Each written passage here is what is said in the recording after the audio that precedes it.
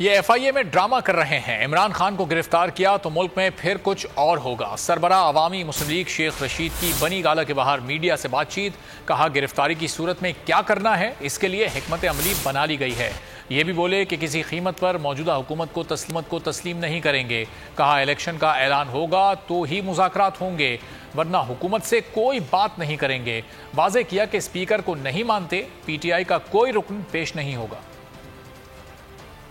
गिरफ्तार किया गया तो उसकी स्ट्रेटजी भी बनाई गई है और जो सबसे बड़ी बात की गई कि किसी कीमत पर भी मौजूदा हुकूमत को तस्लीम नहीं किया जाएगा और इलेक्शन ही वाहिद हल है। और सेकेंडली ये फैसला भी किया गया है इलेक्शन के अलावा किसी किस्म के कोई मुज़ाकरात किसी से नहीं हो। और जिस तरह ये अपने केसेस ही कर रहे हैं, एफआईए में ड्रामा कर रहे हैं, एएनपी में ड्रामा कर रहे हैं, ये सारी बातें जो है अगर ये इमरान खान को गिरफ्तार करेंगे तो मेरे ख्याल में फिर इस मुल्क में कुछ और होगा। स्पीकर के पास पेश होने की ये फैसला दिया गया कि हम इस हुकूमत को नहीं मानते, इसलिए कोई पेश नहीं होगा स्पीकर के पास।